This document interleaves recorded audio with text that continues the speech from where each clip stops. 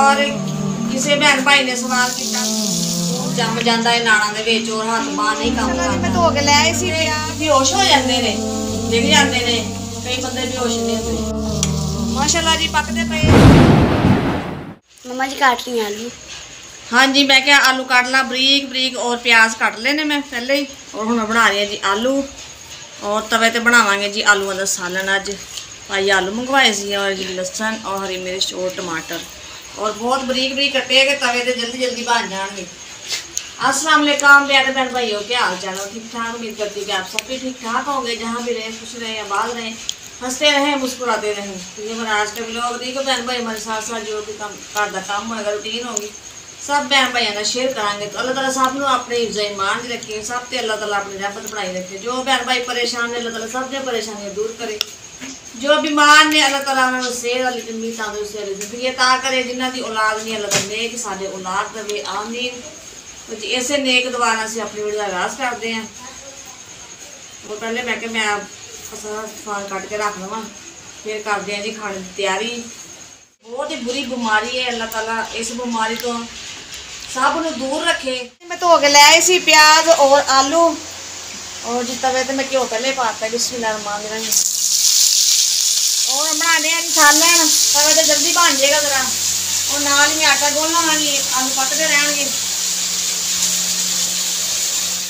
माशाल्लाह जी पकते पे मिर्च भी पाती है, नमक मिर्च मसाला और नाल टमाटर। ये हुण मैं जरा भुज के ना तवे तो जल्दी पक जाते हैं, थोड़ा ही पानी छटा लाने अग जल्दी कर देंगे। किसी भैन भाई ने सवाल किया कि भाई बीमार होए ने फाले का कहते तुसीं अटैक होया कि ये की बीमारी है किवें होया है, शायद उन्हें ना पता होवे जाएगा हाके पुछन दा और सानूं दसना भी चाहिए है। ये नामत उदों हुंदी है बीमारी की जो ब्लड प्रैशर हाई हो कंट्रोल च ना हो, लो यकदम लो हो यकदम हाई हो जाए और कई बंदे बेहोश हो जाते हैं डिग जाते हैं, कई बंदे बेहोश नहीं होंगे। ये अटैक जो होंदा है ना खून गाढ़ा होने की वजह नहीं होंदा है, खून गाढ़ा हो जाता है और नसां रुक जांदियां ने, बाजू नहीं काम करता, जिवें कईयां नूं खब्बी साइड ते हो जाता है, कईयां नूं खब्बी सज्जी साइड ते हो जाता है। ये अल्लाह माफ करे, ये रब जानदा है। बहुत बुरी बीमारी है, अल्लाह माफ करे, रब किसी नूं ना लावे, बहुत बुरी है जी। अल्लाह ताला दूर रखे सब नूं, अल्लाह ताला अपने हिफ्ज़ ईमान च रखे। इवें खून गाढ़ा होया ना नसां नहीं चलदियां और हाथ पैर भी जिवें सो जाते हैं, कीड़ियां कीड़ियां जमीन ते पैर रखो तो आसरा नहीं होंदा अपने जिवें ये एवें ही होंदा कि जिस पैर जमीन ते रखो उस जान ही नहीं है, बाजू भी बेजान आ भी लत्त भी बेजान आ, उस कोई आसरा नहीं है। ये लम्मा भी ये बीमारी ये भी जिन्नी ये मालिश हो गरमैश मिले, मालिश होंगी ना रगां नूं गरमैश मिलती है और जो गाढ़ा खून जम्मिया होंदा वो चल पैंदा है। लत्त की मालिश हो बाजू की हो और डॉक्टर कहते कि ये वर्जिश जिन्नी मर्जी एवें भी तुसीं जिन्नी वर्जिश कर सकते करो ये एवें, क्योंकि मैं तो करती रहती है ना, उंगलां हिलाओ बाहां हिलाओ लत्त की टां टां करते रहो कि ये नसां नूं जिहड़ा ना हरकत मिलती रहे।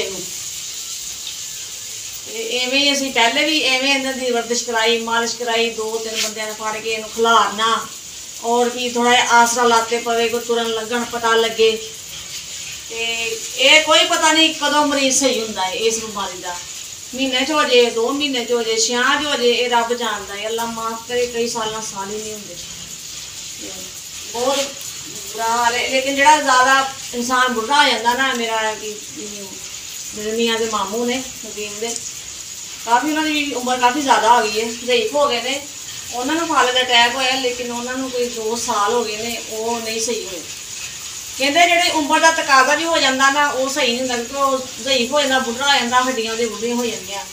जोड़ा होंदा ना भी जवान फाले हो जाना वो तो फिर भी कुछ चांस होंगे ने कोई 6 महीने सही हो जाए, साल कुछ हो जाता। लेकिन मैनू बड़ी उम्मीद है अपने रब के घर से, पहले माशाअल्लाह टाइम लग गया से लेकिन सही हो गए, हुण भी इंशाअल्लाह हो जाएंगे। बहुत उम्मीद है कि इंसान रब से भरोसा होना चाहिए, उम्मीद तो दुनिया कायम है और इंशाअल्लाह ये भी सही होंगे। और प्यारे बहन भाई ये इलामात ने इस तरह अटैक होंदा है, शुगर का मसला भी हो, शुगर और ब्लड प्रैशर और एक बीमारी ना तो हुण वैसे कई बीमारियां हो जांदियां ने। ਹੁਣ ਇਹਨਾਂ ਨੂੰ ਦਿਲ ਦਾ ਮਸਲਾ ਵੀ ਹੈ ਤੇ ਬਲੱਡ ਪ੍ਰੈਸ਼ਰ ਦਾ ਪਹਿਲੇ ਸੀ ਇਹਨਾਂ ਨੂੰ, ਔਰ ਜਿਗਰ ਦਾ ਮਸਲਾ ਵੀ ਹੈ। कोई 6-7 महीने पहले, नहीं साल ही हो गया मिलना, उदो जिगर का मसला बनया से बहुत ज़्यादा। उदो भी काफ़ी बीमार रहे ने, रिपोर्टा वगैरह जिथे जिथे किसी ने कई ने मैं कराती रही हाँ, उत्थे इन्हों का इलाज कराया। कई का जिसम यह भी सुगड़ जाता है, कमज़ोर हो जाते इस बीमारी से, कई का जिसम दवाइयाँ खा खा के मोटा हो जाता है। हर बंदे का अपना जिसम का हिसाब है, और बस अल्लाह ताला सबनों इस बीमारी तो दूर रखी। थोड़ा मैं पानी का हूँ ला लवा छट्टा, आलू बस गलन पे आ गए ने। आटा, हाँ जी माशाल्लाह जी, मैं गुंदी पी आटा, और बस सालन थोड़ी जी देर है पकन च आलू आलू, और मैं कहा में आटा गुन के रखना। मम्मा जी जो पिछले दिन आपने आटा लिया था ना वो बहुत काला था, अब ये तो सही है, चिट्टा है। हाँ है माशाल्लाह, आटा सफेद बिल्कुल। पिछले दफा आटा लिया सी बहुत ही ज़्यादा ना काला आटा सी, रोटी भी नहीं पकती और गुजिया भी नहीं जाता। इस दफा है बस सही है आटा कुछ ना, रोटी सही बन जाएगी।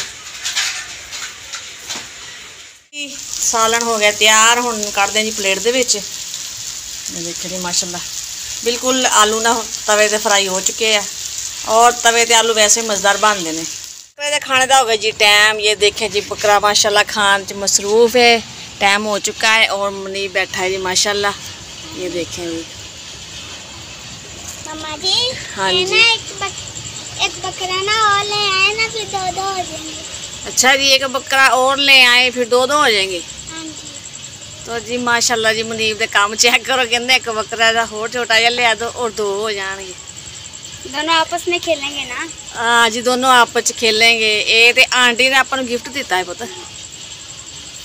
ये तो आंटी ने गिफ्ट दिता है, तो ये तो तुसीं उहदे नाल खेलदे जे।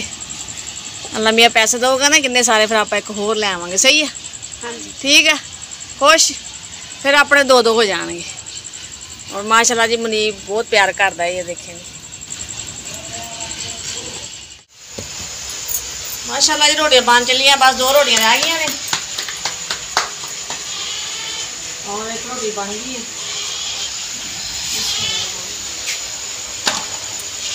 खाना तैयार है, रोटी और सालन, और मुनीब भी खा रहा, और मैं भी आके बैठ गई हाँ जी। और जी साड़ा बकरा शोर पा रहा, नीचे बहुत गर्मी सी, मैं तो छत से बन गई, उत्ते दाना पाए, मैं कहा चल गर्मी बहुत ज़्यादा हो, लेकिन उन्हें शोर मचाया कि मैं नहीं जो बहता उत्ते मैनू लै जाओ नीचे। और मोटर भी चलने लगी है ना, जम सा है नहीं जाती, मोटर खराब हो गई है, पता नहीं बोर बह गया, पानी बह गया बारिशों का। और भाई आज कहता बाजी पानी भरना साढ़ा ना, पानी नहीं आ रहा, मोटर खराब हो गई। मैं कहा कोई गल नहीं, मेरे पानी के वैसे भी स्वाब है, कोई किसी को देना।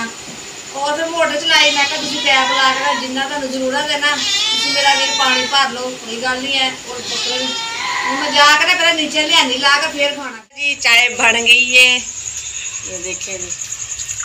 आज जिस मेहर भाई ने चाय पीनी है माशाल्लाह जी, खाना खा लो। और दूध पिलाने लगा सी, बच गया याद है, दूध में रखा है ऊपर, अग थोड़ी जी तेज हो गई, बस बच गया है, तो उबल जाना सी सारा। चाय तैयार है जी, खाना खा लिया सी। और फिर मैं छत पे गई, जाकर बकरे लैके नीचे, मैं कहा एक नहीं चुप करता जी। बाद बच्चों दी छुट्टियां खत्म हो गई, ट्यूशन दियाँ जी उधरों मिलियाँ से टीचर वालों खत्म हो गया, सुबह तो जाएंगे जी ट्यूशन, क्योंकि मरमारी छुट्टियां किए थे उन्होंने। और स्कूल भी खुलने वाले ने, 20 तरीक से जाना जी बच्चों ने स्कूल।